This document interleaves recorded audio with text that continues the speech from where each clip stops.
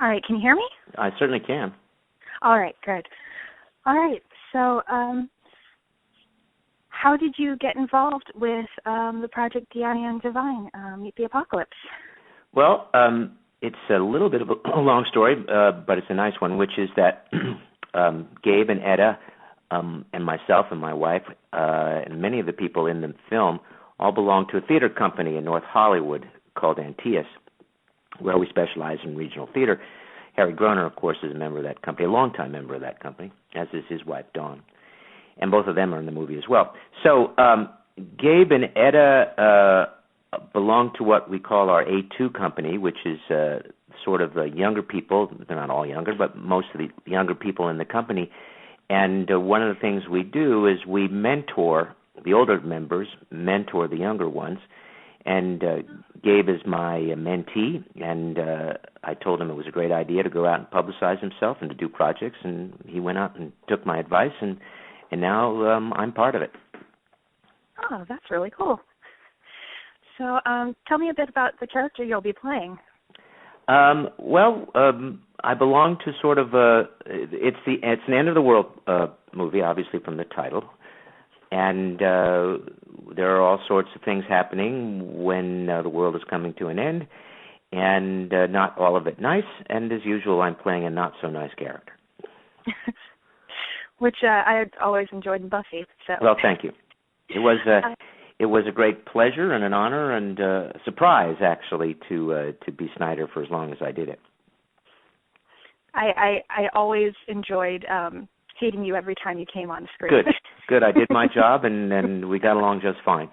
And it is ironic now that Harry, who played the mayor, who of course ate my character, and we have been great friends long before Buffy, and we are both in this together. And in fact, fans of Buffy can go to Abe and Etta's website, where they're advertising Diani and Devine Meet the Apocalypse. It's www.ddmta, Diani and Devine Meet the Apocalypse.com. And you can see what I think is a very funny clip with Harry and I together advertising the movie. I have seen it. It is funny. I'll definitely recommend it. Great, thank you. So, speaking of Buffy fans, I know that you also were in Deep Space Nine. Yes. And I was, that's interesting the way you put that. You said, because it's just my life, you said, also know you were in Deep Space Nine, whereas the Star Trek fans say, well, we also know that you were in Buffy. It depends, I guess, where your chief principal interests lie. Yeah. So who are the more ravenous fans? Who are the more ravenous fans? Yeah. Ravenous. By ravenous, you mean who, they want to eat me, or what do you mean by ravenous? Well, I guess more enthusiastic. The more enthusiastic fans. I would say they're equal. There's probably more Star Trek fans than Buffy fans, only because my role in Star Trek was larger than it was on Buffy. But I think people are equally committed to their shows. All right. So I know you recently co-directed The Crucible, and was that your first time directing? Or? No, I have directed several times before, always plays, never TV or film.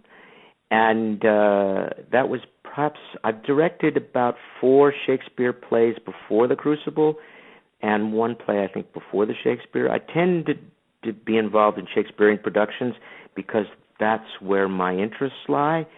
And the production itself had qualities of Shakespearean performance in it, which I believe is what made it as successful as it was. So has your experience in directing changed the way you approach acting? Yes, actually. I think I will trust my directors a little bit more after my experience as a director. Sometimes I think the directors don't know my characters as well as I do, and that's probably not true In the beginning, in the first couple of weeks of rehearsal. Then perhaps the actor knows more than the director. But in the beginning, I think the director probably knows as much about the character as the actor does. And in fact, the director probably knows how the actor and his character fits into the jigsaw puzzle of the piece. So that's one of the things I learned from directing. I will also try to be, I'm not ever obstreperous, but I will try to be as helpful and supportive as I can be from my experiences as a director. Huh. So I have a couple of Twitter questions, if you don't mind. One person asked, will you ever reprise your role as Quark? Well, that depends on Paramount. If I were a betting man, I would say no. That's not because I wouldn't want to, but I don't believe Paramount is ever going to revisit the Ferengi. I don't think so. And certainly in the current way that the franchise is going, which is revisiting the Captain Kirk years, that was long before they discovered the Ferengi. So I don't think that's going to happen in my lifetime. All right. And which superhero would you be and why? Which superhero would I be and why? Wow. I've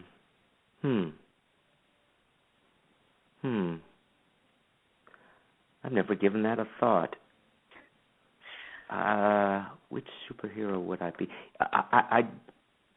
I certainly read my share of comic books, but if there's a hero that's able to go back in time, that's the one I think I would like to be. Just because I'm such a Shakespeare scholar, I would love to be able to go back to Elizabethan times and visit. So if there's a hero with that superpower, that's the one I would like to be. So what we really need to do is have you become the Doctor on Doctor Who. Right. Yes, exactly. Okay. So we'll just start that campaign. Okay, good. All right. I'll need to get my British Equity card first, but once that's done, then it's a possibility. Okay. So besides the Diani Devine project, what other things do you have going? Well, I do a lot of things. Most of the things I do, like anyone, people don't know about. I'm about to start a new play, which I'm not directing, but I'm acting in, and it's called The Gospel, according to Thomas Jefferson, Charles Dickens, and Leo Tolstoy. And we'll start rehearsal for that in about a week. That's in a theater in North Hollywood, and I hope people will come to that. I continue to teach Shakespeare, which I do primarily at our theater, Antaeus, which I mentioned before, but I also do around the city of Los Angeles. I'm finishing up my fourth novel, again about Elizabethan times.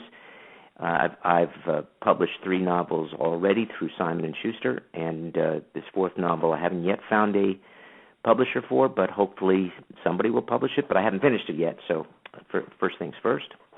I also serve on a large committee as a chair where we give away scholarships to needy people. And what's the name of that charity? That's through the Screen Actors Guild Foundation. So it's the Screen Actors Guild Foundation. All right. And I'm sorry I cut you off. You were going to. And I'm right now. Those are pretty much all the projects I've got going. Hopefully, I'll be doing another play after the one I'm doing sometime in the future, but nothing in writing yet.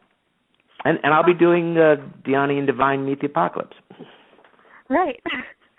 So I think that's all the questions I've got, and I want to thank you very, very much for taking the time out to talk to me today. My pleasure.